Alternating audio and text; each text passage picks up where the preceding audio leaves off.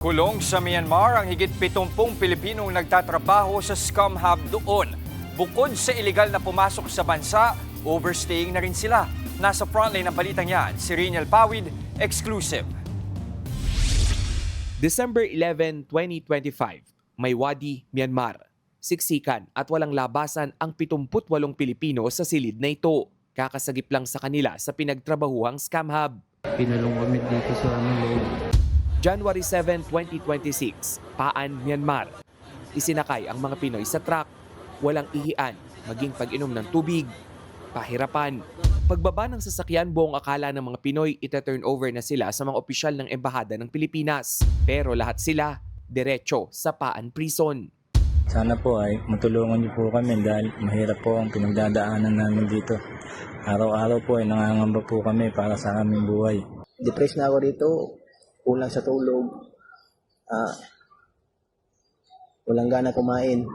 Sa isang mensahe mula sa Civil Society Network for Human Trafficking Victim Assistance, kinumpirma nila na nasa kulungan nga ang 78 Pinoy. Isang taon umanong ikukulong ang mga Pinoy dahil hindi agad sila na-repatriate o napauwi ng Pilipinas. Kabilang na rin sa asunto ang illegal entry at overstaying sa Myanmar. Sabi pa ng grupo, hindi pa rin daw nakakakuha ng permit ang Philippine Embassy officials para makapagsagawa ng physical welfare check sa mga Pinoy.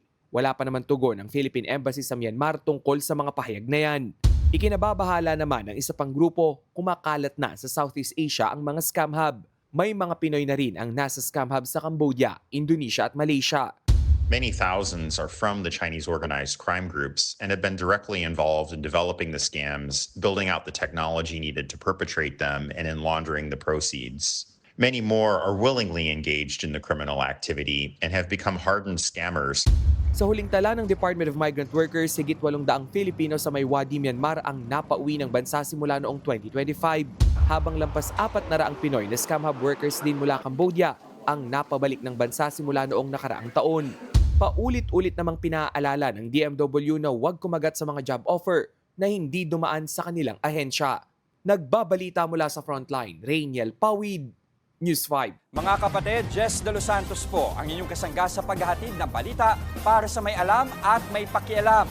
Para sa tuloy-tuloy na makabuluhang balitaan, mag-follow at mag-subscribe na sa social media pages ng News 5.